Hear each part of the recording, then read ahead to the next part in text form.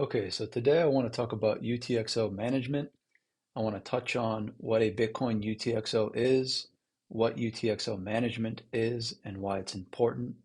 And then to wrap up, I want to go through a couple of examples using Nunchuk Wallet, which is primarily a mobile wallet, although I believe they have a desktop version as well.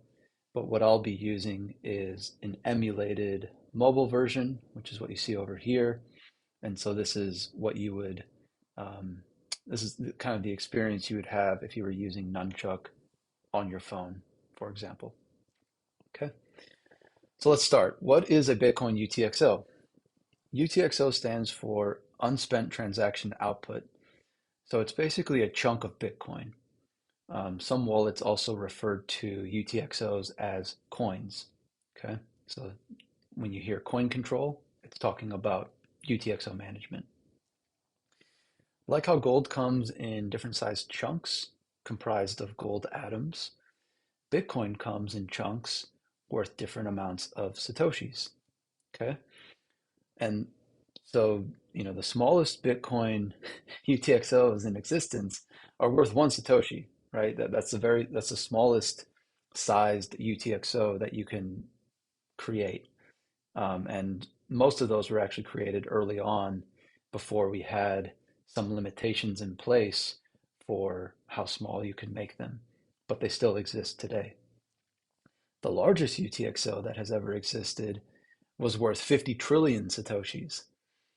This one belonged to Mt. Gox and has since been spent, so its value is now spread across many smaller UTXOs, right? It got broken up into smaller ones. So when you spend Bitcoin, you have to select and spend the entire value of one or more of your UTXOs. If the amount you're trying to spend plus the network fee is less than the value of the selected UTXOs, then the remainder is sent back to your wallet. And this is sent back as a new UTXO, which you can spend in the future. The network fee is paid to the miners, and it doesn't depend on the amount of Bitcoin that you're spending, but rather it depends on the number of UTXOs that you're spending. Okay, so for example, spending 10 UTXOs is going to cost you a lot more than spending just one UTXO. And the reason why is because it requires more data, and you pay the fee depending on how much data you're using in a block. At its core, Bitcoin is a large network of peers, each with their own identical copy of a database tracking the values and the locations of these UTXOs. And anyone running a full archival node downloads and validates the entire history of UTXOs and keeps an up-to-date record of the ones that remain unspent to this day. So when anyone spends a UTXO, that update gets spread across the entire network. Everyone validates whether or not, the spending of that UTXO was done correctly. And if it was, then they all update their databases, get rid of the UTXO that was spent, and then add any of the UTXOs that were created as a result. Okay. So what is UTXO management? UTXO management is keeping track of the histories and the values of your UTXOs.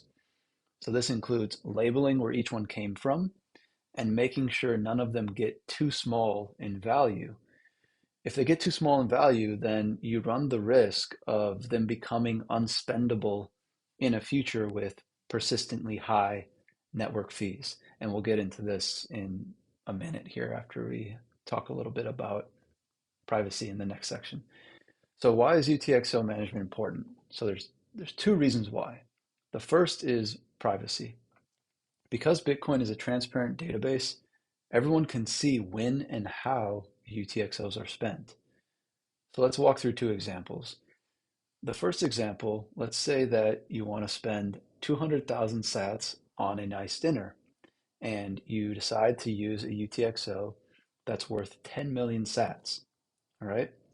So the very large remainder that you receive back which would be the 10 million minus 200,000, so roughly 9,800,000 sats minus some network fees. That amount will be visible to the restaurant owner, and you may not want them knowing that you have that much Bitcoin.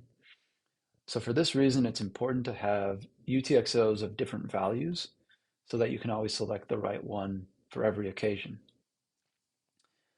The second example is, let's say that you want to spend 10 million sats to replace the roof of your house.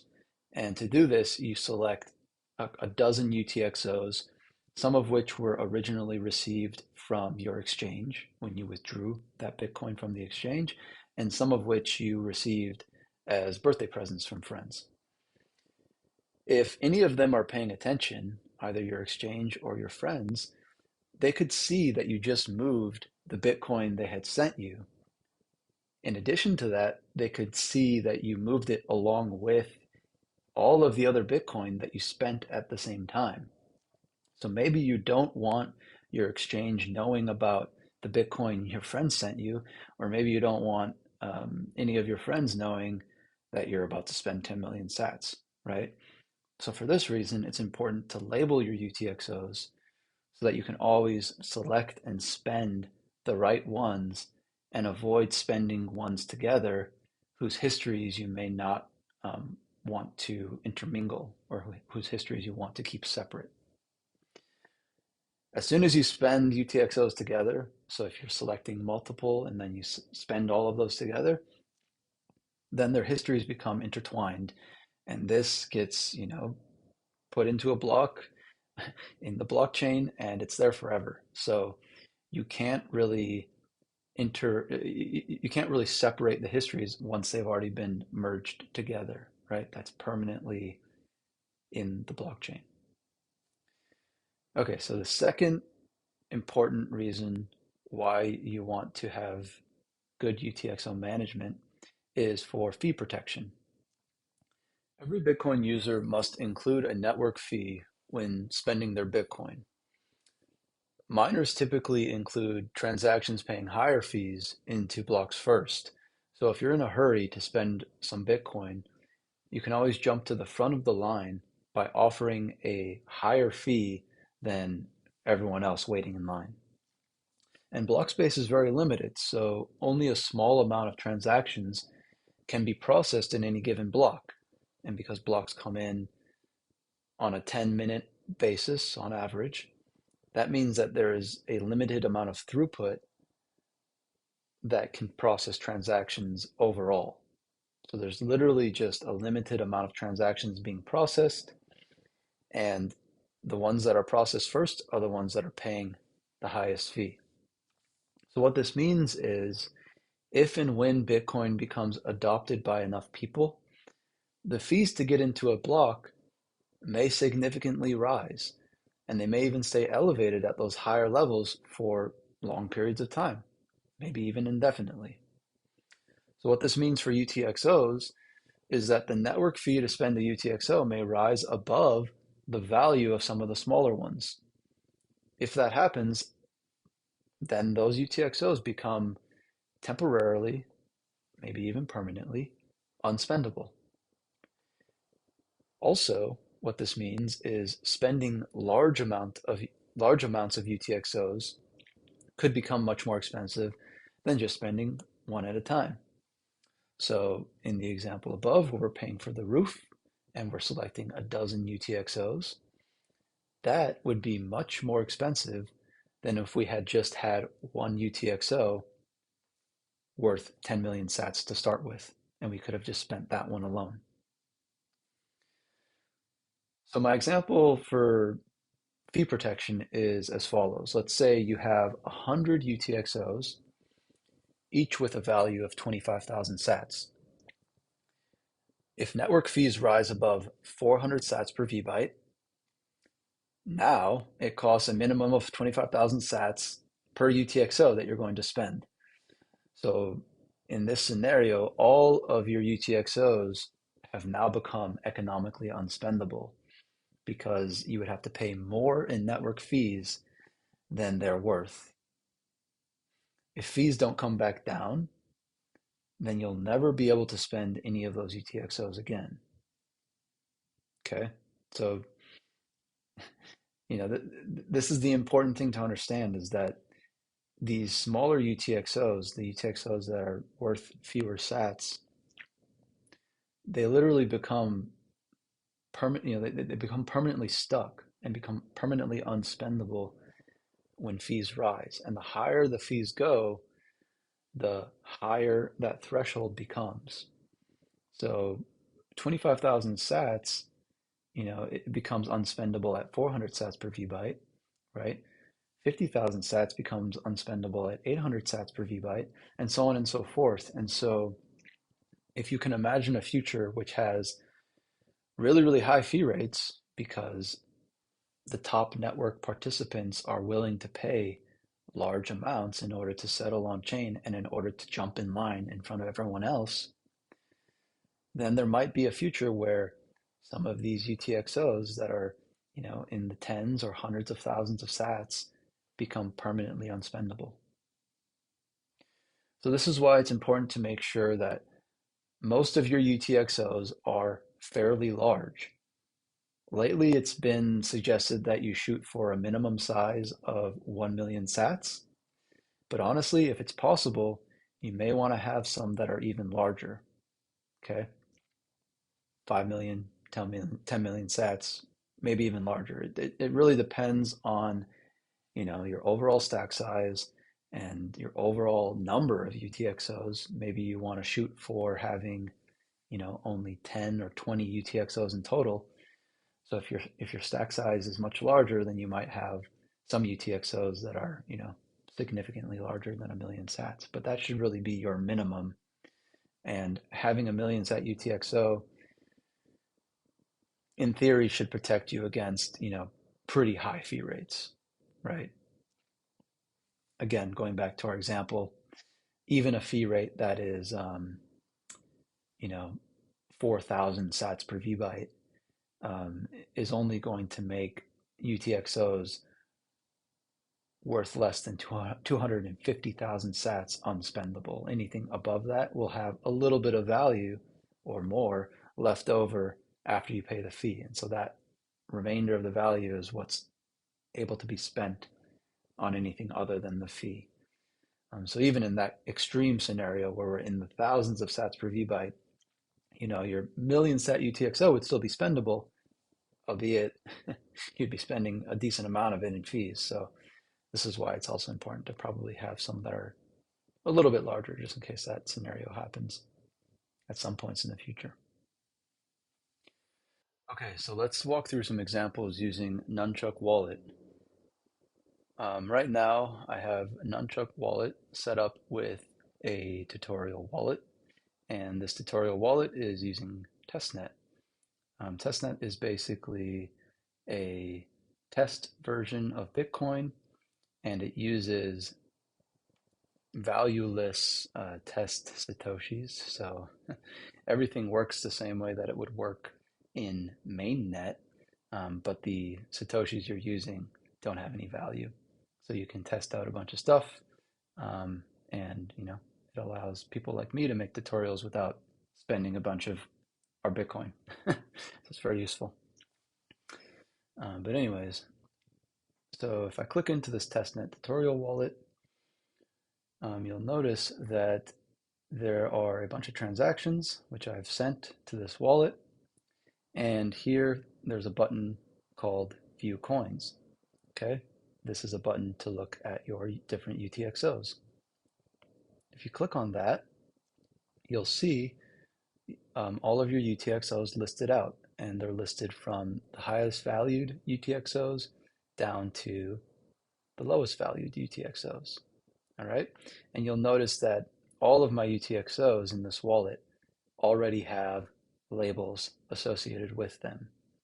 Okay, Nunchuk is probably one of the best mobile wallets to have integrated UTXO management, right, in its user experience.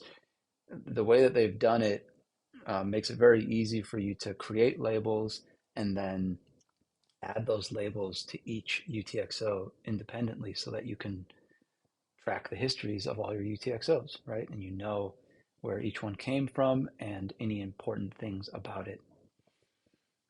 So you can see here, I've got UTXOs that have come from Cash App. In this example, I've got some that have come from Strike. All of these are KYC'd because, these would be UTXOs that have come from an exchange.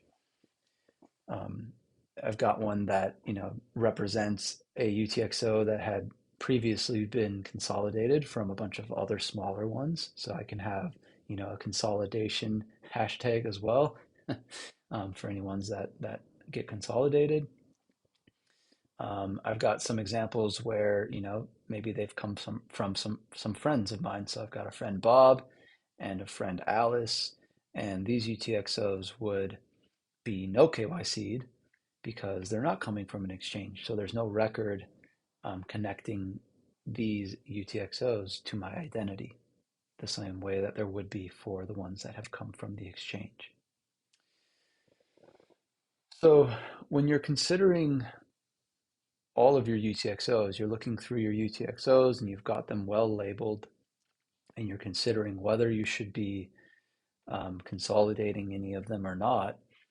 Some of the things that you might consider are whether your UTXOs are KYC'd or not, right? You probably don't want to mix together UTXOs that have come from an exchange with ones that have come from friends or peer-to-peer payments, right? Or maybe even UTXOs that came directly from getting rewarded as a miner, right? Those are all no KYC UTXOs, and they're not trivially linked to your identity. So, you shouldn't willingly mix them together with UTXOs that have a paper trail to your identity, right? It's probably best to keep those no KYC ones separate.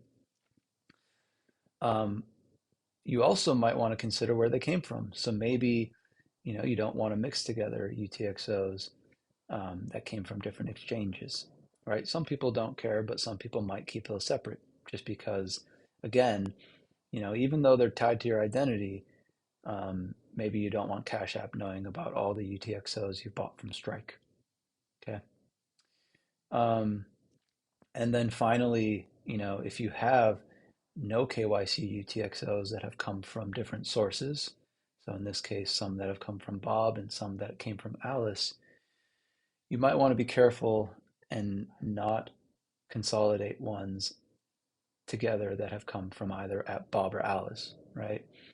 Maybe you don't want Alice knowing that you received some UTXOs from someone else, that you have more Bitcoin from Bob or whatever, right? You just don't want them knowing about those other UTXOs. Okay, so let's walk through an example of how to consolidate some UTXOs, in particular using Nunchuk Wallet. The first thing you're going to do is you're going to click on Receive, okay?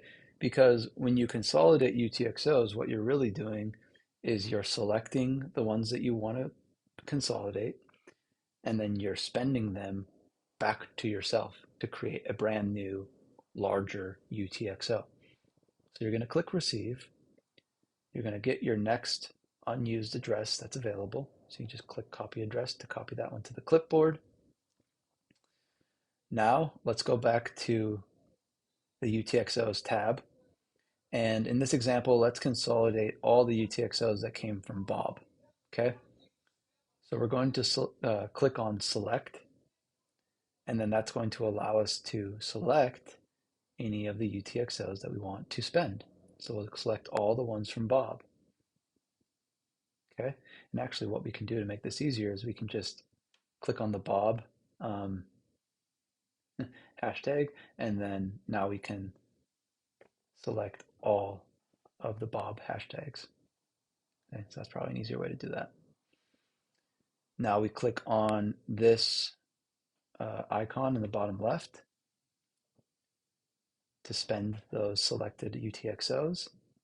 We can click Send All Selected, so that's going to make sure that we consolidate them all into one brand new, larger UTXO. We can click Continue. Here's where we paste that address. that we had copied earlier, and that's our own address. Okay, and now we can create transaction. Because we're using testnet, the transaction fees are much, much lower. So testnet transaction fees are almost always at 1 Satoshi per VByte, right? The very minimum fee rate. But you can see, because of that fee rate, how much data this transaction requires. So this UTXO consolidation requires 518 VBytes of data. And that's why when you multiply it by the 1 sat per VByte fee rate, the whole fee costs 518 sats. But if the fee rate was as high as, let's say, 1,000 sats per VByte, then the fee rate here, or the whole fee would have cost 518,000 sats. So you can see how fees get really, really expensive really quickly once fee rates start to ratchet up and get higher. Okay, lucky for us, testnet fee rates are always very low. So let's go ahead and sign this and we'll broadcast it. Okay, and there we go. Transaction has been broadcasted. So let's go back to the main menu. And you'll see here, we have a pending transaction. And because it was a consolidation transaction, the difference that is you know, shown here is the difference that we paid in fees. Okay, if we click on this transaction and we look at the more details, let's see here. Yeah, show input coins. So we can show all of the coins that we spent in this transaction. Okay, and that was all the coins that came from Bob. Let's go back. And now let's go to view coins. And here we see this new UTXO, okay? And it doesn't have any labels yet because we haven't given it any labels. So we'll do that next.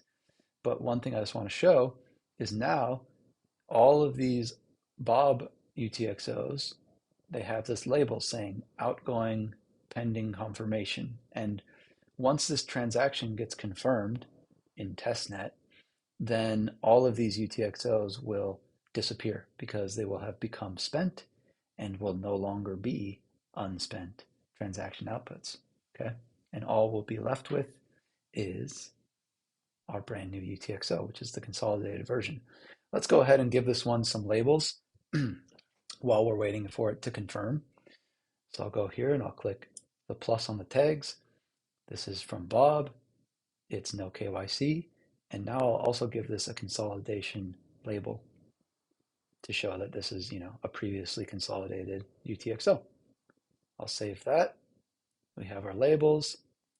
I can go back and once this gets confirmed, as I said, the UTXO list will update accordingly. So that's basically how you do UTXO management on Nunchuk. As I've shown, it's really easy to give the labels. It's pretty easy to consolidate them. The one kind of thing that could maybe become better in a future version, and I hope that they implement this, is just like a quicker way to consolidate it, so you don't have to first get the receive address and then paste that when you're sending it. It'd be nice if there was just a button after you've selected the UTXOs that is, consolidate, and then it would just set it up automatically and send it back to yourself. So maybe that'll be available in the future, but for now, you can just kind of do the two-step process where you get the next receive address and then you select your coins and then you send them to that address, and that effectively consolidates them. Okay. So I hope that this helps you understand UTXO management better, right? I hope you understand kind of why it's important, both from a privacy perspective, but also from a fee protection perspective. Okay. And then I hope, this example using Nunchuk gives you even more insight and some ideas of how you might be able to do this using your own wallet, or if you want to just start using Nunchuk because it is such a great mobile wallet. It gives you some guidance on how you can do it using Nunchuk. One last thing I'll say with Nunchuk, if you're not familiar with it, um, it is an awesome wallet because not only does it allow you to create wallets, with keys created within the wallet, so hot wallets, but it also allows you to create wallets that are connected to your signing device. So you can create cold wallets using Nunchuk. Um, for example, wallets using Jade, or wallets using your Foundation Passport, or even wallets using your cold card, um, if you're able to transfer the data on the SD card. So in some, there's usually like an SD card reader adapter that you can put into your cell phone. And then in the same way that you use your cold card with the SD card on your desktop with Sparrow, you can use cold card using Nunchuk with your mobile device. So Nunchuk is in my opinion, one of the best mobile wallets out there, especially for UTXO management. So definitely check it out if you haven't already. Anyways, that's it. Hope you enjoyed it. If you have any questions, as always, feel free to reach out, either on Twitter, or you can comment, in this YouTube video. I'll try to get back to you as quickly as possible. And I'm sure there will be more UTXO management tutorials using other wallets and other signing devices in the future. I want to try to create, as many of these tutorials as possible, just so that, um, I can kind of get examples out there of every possible combination. So, anybody can feel comfortable doing UTXO management regardless of their setup. So I hope that this is just, one of many future, UTXO management tutorials that I put out there. Thanks for watching.